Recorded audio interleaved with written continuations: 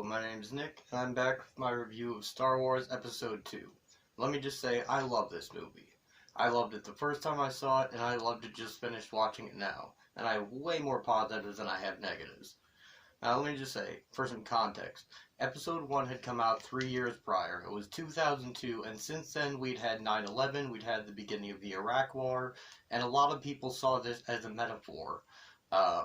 Of American imperialism and with the desert planet of Geonosis, and it's possible to read that into it, but I think it's really surface level more than anything else. There's not really any meat to the comparison, so I've left that out of my review, and just tried to see it as a movie, because when you see it now, you won't draw that connection unless someone points it out to you, really. Let me go ahead and cover these, right from the start. There's a surprise opening of the senator landing on Coruscant, and then you think, we're just going to have a nice, calm, peaceful scene, and boom, massive explosion, and there's an assassination attempt. And the roller coaster ride of action hardly lets up, because we've got the speeder chase scene with Anakin and Obi-Wan after the assassination attempt late at night, where Obi-Wan's flying through the streets of Coruscant, and there's just so much more and better action in this movie I can't even express. People were a little on the fence. Episode 1 had, by all accounts, failed to live up to expectations, but it was still a very successful movie. Episode 2 put all those fears to rest for me and most of the Star Wars fan base, because it was so much bigger and better and more action-packed. One of my favorite things about this movie is Senator Palpatine, Chancellor Palpatine now. It's really his time to shine. You can see his plan taking shape as he is manipulating both sides of this conflict, to get Jar Jar to vote him emergency powers so he can bring in the clone army, and he will use the war to gain more power over the Republic. And, you can really see things coming into shape. The whole time he's also grooming Anakin, telling him, oh, you're so much smarter and better than the rest of the Jedi, and, just ingratiating himself to Anakin as a source of wisdom and power. But Obi-Wan also starts to really shine as a character. This is no longer the young, mawkish Padawan, learning Qui-Gon's feet. He's now a Jedi Knight in his full right, and we see a lot of the wit and charm that Alec Guinness brought to the role. Ewan McGregor is doing a fantastic job of being a young Alec Guinness, of being the younger Obi-Wan. So, better and more action, Jar Jar being a useful idiot, which I love the way that Palpatine just sort of suggests in the room that he should, be the one to make this suggestion to vote him emergency powers. Like, oh, who would possibly make such a brave suggestion? If only Senator Amidala were here, certainly she would do it. And Jar Jar is very toned down in this movie. He's there only for plot reasons. He doesn't have a single stupid joke or dumb moment in the entire film. He is there to do the part of a useful idiot. I love the banter between Obi-Wan and Anakin. They have such a great back and forth. I would love if they were together more in the whole movie. And that's, I think, the strength of the Clone Wars TV show, which I haven't watched much of, but what I have seen, they make a great pair, because they're both kind of clever, and especially Obi-Wan. He's so funny in that very understated British way. A dry humor. The CGI is so much better in this one too. All the scenes where they're on the speeders in Coruscant, all the battle scenes in Geonosis, the space battles, every instance the CGI is better, blended in better. They had 3 more years to work out the technology. All the kinks from Episode 1 are gone, and this looks as good as movies do today, I would say. It's better than many of them. There's a deeper characterization of both Padme and Anakin, and you're going to hear a lot of people complain about the love story. And I'll admit, there's a couple of cringy scenes. There's a few cringy parts where Anakin is kind of whiny, but, Luke was whiny, and we need to reflect that in Anakin's character, that this is a family trait. I don't think it's that bad at all. There are several love scenes that I feel work very well, like the fireside scene, where Padme's wearing her low-cut dress, and Anakin has a great line, I'm thinking of the kiss you shouldn't have given me, praying that kiss does not become a scar. And I found that very affecting. I think George Lucas got better at writing dialogue as the prequels went along. and he got better at directing actors as well. So there's some really good love story scenes. And when they're about to go out into the arena at the end, and Padme finally confesses her love for him, you can see that she does share these feelings, even though she's playing the hard to get role. And this is to echo the relationship of Han and Leia in Empire, where she's playing hard to get. But Harrison Ford has a roguish charm and a charisma that no one could equal. So when Hayden Christensen tries to do it, it just kind of falls flat. So I will admit that is a failing of the earlier part of the love story in the movie. Some people don't like Dexter Jettster and the 50s diner run correspondent. I think it has great personality. You know, those are the kind of little nods to our culture that I don't feel drag the story down. I feel they help ground it in reality. I love Camino. I love the planet, the water planet of Camino, the cloners. I love the design of the aliens. I love these big glowing egg chairs from the 60s that come out of the ceiling. And I love thinking about their whole culture. You've got these flying creature fish that come up out of the water. They swim underwater like manta rays, and then they also fly through the air. And you wonder, is this just an entirely water planet, and they evolved underwater, and then they started building cities? They must have had mining operations underwater to get the metal to begin with. And then at some point decided, you know, we should live above the water for some reason. So I love that. And I love Jango Fett. You know, everyone who loves The Mandalorian now, Jango Fett is the prototype for Mandalorian. You know, we gotta admit, Boba Fett dies like a bitch in Jedi. He never really gets a chance to shine. He's much better in the extra material, the legends and the video games. In the movies themselves, the original trilogy, Boba Fett really doesn't get to do much. He's a cool costume and a cool character because of that, and the deference Vader shows him, but he just kind of screws up and dies and falls in the Sarlacc pit, which is why every legend story has him crawling out of the Sarlacc pit and going on to do more cool stuff. But Jango Fett, we get to see him do all the cool stuff that we should see Boba Fett do. We get to see him flying around in his jetpack and firing that big missile on the back and using the flamethrower and using the wire thing. And his fight with Obi-Wan is really cool because Obi-Wan gets his lightsaber knocked out of his hand, which happens so many times in these movies. And we get to see a Jedi fight without his lightsaber, just hand-to-hand combat and flying force-based jump kicks. And it's really cool. You know, they're not entirely dependent on the lightsaber for their capabilities. And Obi-Wan gets to save himself with the Batman swing after they both go over the edge.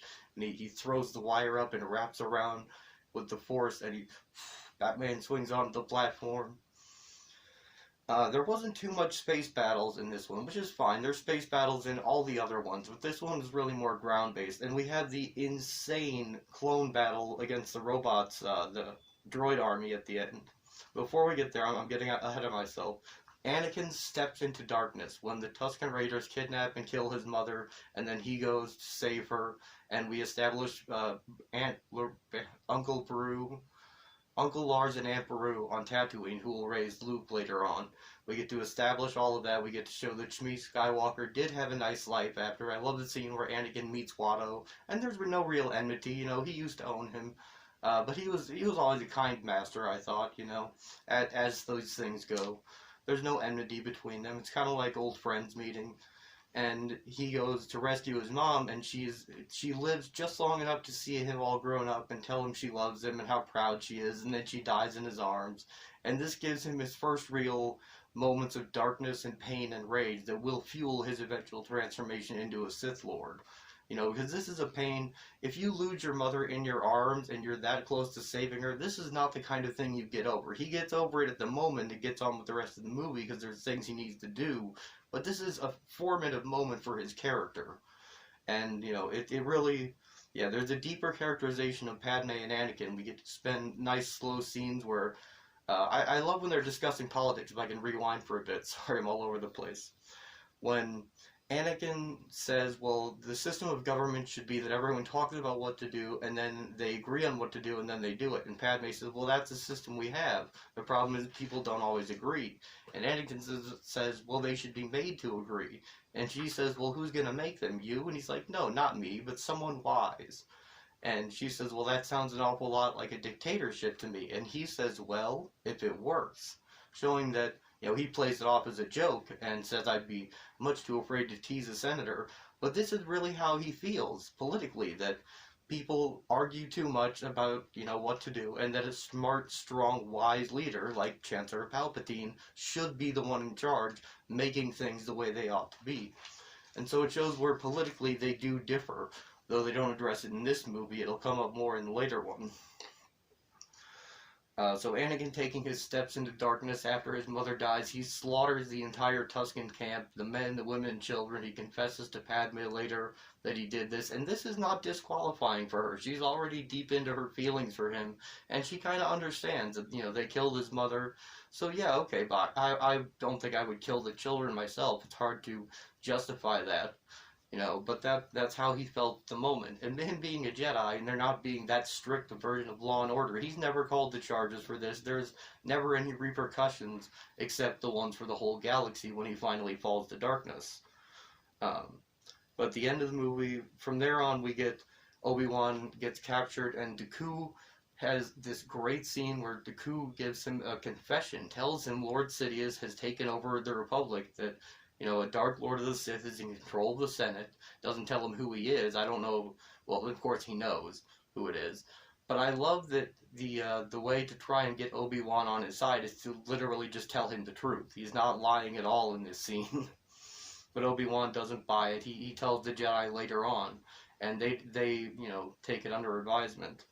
Then we have the massive Jedi battle at the end where the Jedi come in to save Obi-Wan and Anakin and Padme from their execution scene, which is pretty cool. It's got the Roman gladiators and the type thing where they're chained up in the arena and these monsters come out to fight them. They're cool Star Wars monsters. But that's just a preamble, because from that point on, the movie is non-stop action. The clones come in to save them, and we get to see the clones in action for the first time, all the cool things that are going to be set up for the Clone Wars to come. And this is all born out of one line in Star Wars Episode 4, where Princess Leia says, "You served my father during the Clone Wars." That's literally all there ever was. And we get this entire massive scene and the entire Clone Wars TV show, 5 years of it, and the Gennady Tartakovsky animated Clone Wars. We get all that from one line in Star Wars, and I think that's pretty neat.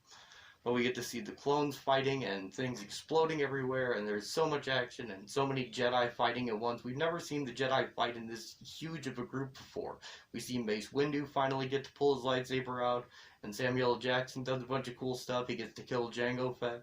We get the setup of why Boba Fett hates the Jedi, where he's holding his father's head in his hands and kind of putting his head down to it. And then we just have the Jedi battle at the end, where Anakin shows his youth and headstronginess, attacking Dooku first and getting hit with lightning, and then Obi-Wan has to face, Qui-Gon's old master. So there's sort of the teacher-student relationship going on there with Qui-Gon in between them, and then he gets cut, and you can tell Dooku doesn't really want to kill him. He just gives him little cuts on his arm and leg. But he goes down, then Anakin shows off the first time we've seen a Jedi use two lightsabers at once. He's attacking Dooku for just a few seconds, where one of them gets broke, and then they're fighting, and it echoes. There's so many echoes in this movie. Like, if you watch the prequels, there's so many echoes of things that happen in other Star Wars films. That comes much more clearly through than in the Disney films, which I love, but the prequel did a much better job of echoing, because Lucas had it in mind all along what he wanted to do with them. And after Obi-Wan is taken down, you think, oh no, the bad guy's in the way. And I cannot express to you what a cheer moment it is when Yoda walks out, and we finally get to see Yoda fighting for the first time, and they have their Force battle, and we think, okay, well yeah, we know Yoda can use the Force really well, but when he pulls out his tiny little lightsaber and starts flipping around the screen, everyone in the theater lost their freaking minds.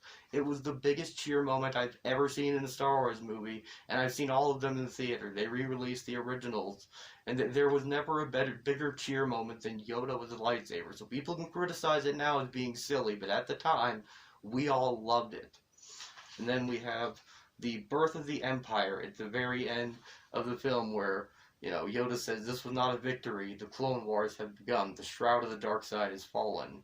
Which is, he's right. They don't know exactly how, but they know the basics of it. That they're now in a war they didn't want to be in.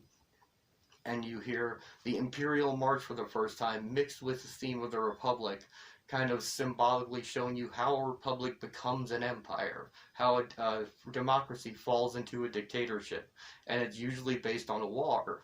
And we see the Star Destroyers with Stormtrooper like clones flooding into them, and right at this point, the good guys and the bad guys really are starting to blur together. Because from the original trilogy, we know the Empire and Stormtroopers are the bad guys, but here they're clearly the good guys. If you want to see it in those terms, as the Republic being good and the Separatists being bad, there are heroes on both sides, as the Clone Wars likes to say.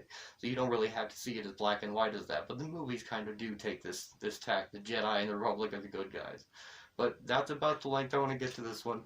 Episode 3 is probably going to be a lot longer. That is my favorite prequel. And I thank you for watching this, and I thank you for your time.